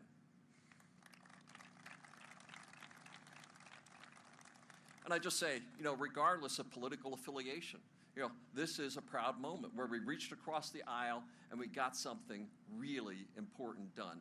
But I'll just say, we would not be here, right, without our political leaders. We would not be here without the President and his leadership, Secretary Raimondo, Secretary of Commerce, all of these working to bring this across the finish line. And of course, it was a bipartisan bill. How often do you hear that today? Senators Schumer and Cornyn, Representatives Matsui and McCall as the sponsors for the act. And we were thrilled that we, Intel, had a part to play in making that legislation happen. We are honored to be part of that role. In addition to the Ohio delegation, Eddie Bernice Johnson of Texas, Senator Maria Cantwell, others were just crucial in coming by, to make this legislation, happen. And, we have Representative Ro Khanna. Silicon Valley, that's Ro. He's Intel's congressman who's here today as well. And Ro, thank you for joining us. And it isn't just that Ro decided to come and join your party. He deeply believes that the power of technology needs to be across the nation and not just in Silicon Valley. And I thank you for that, Ro.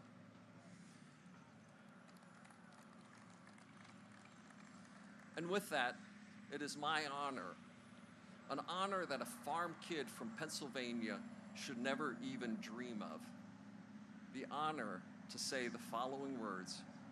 It is my pleasure to introduce the President of the United States. Please join me in welcoming President Biden.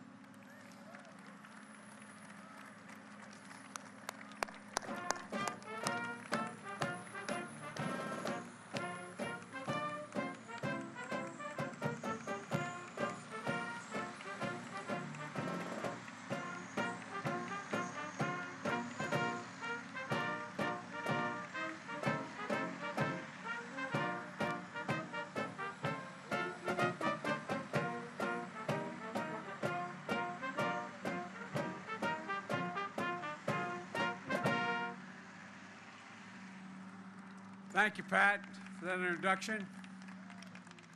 And it's pretty amazing. Pretty amazing. It was just back in January when we were together at the White House with Senator Brown and Senator Portman announcing this historic investment. In March, I shared the story in my State of the Union address, the story of the Field of Dreams in the middle of Ohio, where America's future will be built. In August, we were back at the White House as I signed the CHIPS and Science Act, one of the most significant science and technology investments in our history. And now, in September, Gov, we're here breaking ground, and thanks for the passport to get to the state, Gov. Appreciate it. All in 9 months in America. I want to thank Sherrod Brown for his relentless work, especially making sure that labor is in on this deal. And Pat just mentioned what Sherrod makes clear. It's time to bury the label Rust Belt and call it, as Pat said, the Silicon Heartland. That's what's happening in these 1,000 acres. I want to thank Rob Portman for being the gentleman and decent man that he is, and for showing that Democrats and Republicans can work together to get big things done for our country. I really mean it. I'm trying to find where he's sitting, but he's a good man. Thank you. You're leaving a hell of a legacy as you leave what you're doing as a consequence of you, in large part. And thanks to the bipartisan group of Ohio Congressional delegation here today. Tim Ryan, thank you for your leadership, always representing this to working people. Thank you, Congressman Joyce Beatty. And, I don't think we could have gotten the infrastructure bill done without Joyce. She was the final capstone. We all thought it was hanging in the balance there. But I don't know what you did that last 4 hours, but whatever you did, you got it done. And Dave Joyce, Anthony Gonzalez, Mike Carey, Tony Balderson for the work in the House. We're also joined by congressional leaders from around the country who fought so hard for this bill. Eddie Bernice Johnson, chair of the House Science Committee. Eddie, this whole bill wouldn't have gotten done without you. It really wouldn't have. We're also joined by Congressman Ro Kahana. Ro is a tireless champion for American innovation and seeing that workers are part of the deal. While she couldn't be here, Maria Cantwell also deserves a lot of credit. She's chair of the Senate Commerce Committee from the state of Washington. Maria was tireless in getting this bill through the Senate. And again, Mike, I want to thank you for your work on this project as well. And I especially want to thank the labor leaders here. My dear friend Lonnie Stevenson, the IBW, Tim Berger, the president of AFL-CIO, Brent Booker, treasurer of the National Building Trades, Mike Kinsley, president of Ohio Building Trades. You know, it's fitting to break ground for America's future here in Ohio. Think about it. There's kind of a tradition here. The Wright brothers, Neil Armstrong, John Glenn, they defined America's spirit, a spirit of daring and innovation. Pat just laid out Intel's vision that builds on that legacy. A brand new $20 billion campus, 7,000 construction jobs, union construction jobs, 3,000 full-time jobs that will pay an average of $135,000 a year, and not all of them will require a college degree once these facilities are built. And here's a critical piece. Intel is using a project labor agreement for this investment. For the folks at home, these are agreements that contractors, subcontractors, and unions put in place before construction begins. They ensure major projects are handled by well-trained, well-prepared, highly skilled workers. They resolve disputes ahead of time, ensuring safer work sites, avoiding disruptions and work stoppages that can cause extensive delays and down the line. These agreements make sure construction is top-notch and projects are on time, on task, and on budget. Back in February, I signed an executive order to make sure federal construction projects use these project labor agreements. It's a big deal that Intel is using one here, and I thank them for that. And Intel is going to build a workforce of the future right here in Ohio. As you already heard, Intel committed $50 million to partner with community colleges and universities like Ohio State University, including Central State University, the only historically black university in Ohio, to build a pipeline for students in the semiconductor industry. The director of National Science Foundation is here, Dr. Ponch. He's here, and IF and Intel are going to invest $50 million each to support these kinds of partnerships. Folks, at home, you may be wondering, why is this such a big deal for manufacturing? Something so small in size as a fingerprint, as a semiconductor. Well, semiconductors are small computers that power everyday lives, smartphones, cars, washing machines, hospital equipment, internet, electric grid, and so much more, including our national security. And here's the deal. America invented this chip. America invented it. It powered NASA's moon mission. Federal investment helped bring down the cost of making these chips, creating a market and an entire industry. As a result, over 30 years ago, America had more than 30% of the global chip production. Then something happened. American manufacturing, the backbone of our economy, got hollowed out. Companies moved jobs overseas, especially from the industrial Midwest. And as a result, today we're down to producing barely 10% of the world's chips, despite leading in chip research and design. And as we saw during the pandemic, when factories that make these chips shut down, the global economy comes to a halt, driving up costs for families and everyone, not just here, but around the world. In fact, 1/3 of the core inflation last year was due to higher prices of automobiles because of the shortage of the semiconductors needed to build those automobiles. Folks, we need to make these chips right here in America to bring down everyday cost and create good jobs. Don't take my word for it. You heard Pat. Listen to the business leaders across this country. They're making decisions right now about where to invest and produce these chips. China, Japan, South Korea, European Union, all these places are investing tens of billions of dollars to attract chip manufacturers to their countries. But industry leaders are choosing us, the United States, because they see America's back and America's leading the way. Folks, since I took office, our economy has created nearly 10 million new jobs, more than 668,000 manufacturing jobs. Proof a point that made in Ohio and made in America is no longer just a slogan. It's happening. It's a reality today, and it's just beginning. Because I signed into law the CHIPS and Science Act, we're accelerating the progress. This new law makes historic investments for companies to build advanced manufacturing facilities here in America. Since I signed the CHIPS and Science Act, it's already started happening. The American company Micron announced it's going to invest $40 billion in the next 10 years to build factories, special chips called memory chips that store information on your smartphones. That's going to create 40,000 good-paying jobs and increase America's share of the memory chip market 500%. Two other companies, Global Foundries and Qualcomm, announced a $4 billion partnership to produce chips in America that would otherwise have been made overseas. Qualcomm is one of the world's largest designers of chips and planning to boost production by up to 50% over the next 5 years.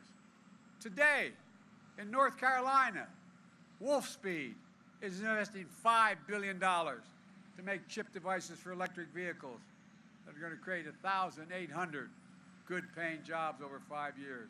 Folks, the future of the chip industry is going to be made in America. Made in America. And folks at home should know the manufacturing of these semiconductors connects countless small businesses and manufacturers into a supply chain that's going to thrive, all because of this law. Imagine if we had more of these kinds of factories across the country. This law makes that a reality. It matters. All of this is in our economic interest, and it's in our national security interest as well. Earlier this year, I went to Lockheed's factory in Alabama. They're making the Javelin missile that we're supplying to Ukraine to defend itself against Putin's unprovoked war. We need semiconductors not only for those Javelin missiles, but also for the weapon systems of the future that are only going to be more reliant on computer chips. This goes well beyond commercial need. Unfortunately, we produce zero of these advanced chips in America. Zero. And China's trying to move way ahead of us in manufacturing now. It's no wonder, which is somewhat unusual, that the Chinese Communist Party actively lobbied U.S. business against this law. Basically, you want to do business in our country, don't do it there. The United States has to lead the world in producing these advanced chips, and this law makes sure that we will. And to be clear, the CHIPS and Science Act is not handing out blank checks to companies. I've directed my administration to be laser focused on the guardrails that will protect taxpayers' dollars. We'll make sure the companies partner with unions, community colleges, technical schools to offer training and apprenticeships, and to work with small and minority-owned businesses as well. We're going to make sure that companies that take taxpayers' dollars don't turn around and make investments in China to undermine our supply chain and national security. You know, we have the power. We have the power to take back any federal funding if companies don't meet these requirements. The law also requires that companies build these semiconductor facilities by Davis-Bacon prevailing wage, so people can live with a little bit of breathing room. And this will ensure tens of thousands of new construction jobs and high-paying jobs, and more often high-paying union jobs. And not only will companies use these funds to buy, but they cannot use these funds for stock buybacks and issue dividends. They have to manufacture. And finally, the law is about more than chips. It's about science as well. You know, decades ago, the United States of America invested 2% of its gross domestic product, 2%, in research and development. We led in everything. We created everything from internet to GPS. Today, we invest somewhere between 7/10 but less than 1% in research and development. The United States of America. We used to rank #1 in the world in research and development. Now we rank #9. China was #8 a decade ago. Now China's #2. And other countries are closing in fast. The CHIPS and Science Act moves us up once again. It authorizes funding to boost our research and development investment back closer to 1% of our GDP. That's the fastest single year of growth in 70 years, but it's still not enough. We're going to make sure we lead the world in industries of the future, from quantum computing to artificial intelligence to advanced biotechnology. Think of the things and the kinds of investment we deliver. Vaccines for cancer, cures for HIV, inventing the next best thing that hasn't even been imagined yet. That's who America's always been. It's something that's really important. We're going to make sure that any company that uses federal funding for research and development to invent new technologies will have to make that technology here in America.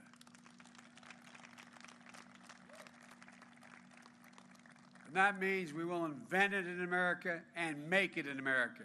And we're going to make sure we include all of America. We're going to support entrepreneurs and technology hubs all across the country, including historically black colleges and universities, minority-serving institutions, tribal colleges. We're going to tap into the greatest competitive advantage we have, our diverse and talented workforce that's urban, rural, and suburban. Folks, I've asked Pat and many other leading businessmen leaders this question. When the United States decides to invest in considerable resources in a new industry that we need to build, does that encourage business to invest as well? And the answer is yes. Overwhelmingly, ask any major business person. Because they say if we think it's worth investing in, and we're putting tax dollars into it, it has an increased possibility of being usable and workable. Federal investments attracts private investment. It creates jobs. It creates industries. It demonstrates we're all in this together. And I believe there's another reason why companies are choosing the United States.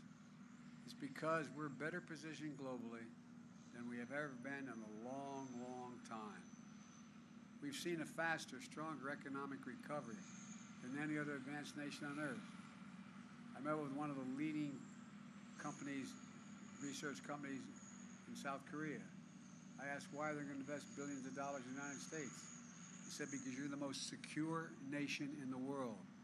We know if we invest, it will be secure. And secondly, this surprised me. You have the best workforce in the world. Folks, and we have the best universities in the world. Dynamic venture capitalist system, a rule of law that protects international property. And thanks to the infrastructure law that I signed with the help of many of the members who are here today, that means better roads, bridges, ports, airports, clean water, high-speed internet for every American. That's going to create millions of jobs all by itself. This is a game changer. Let me close with this. This is about our economic security. It's about our national security.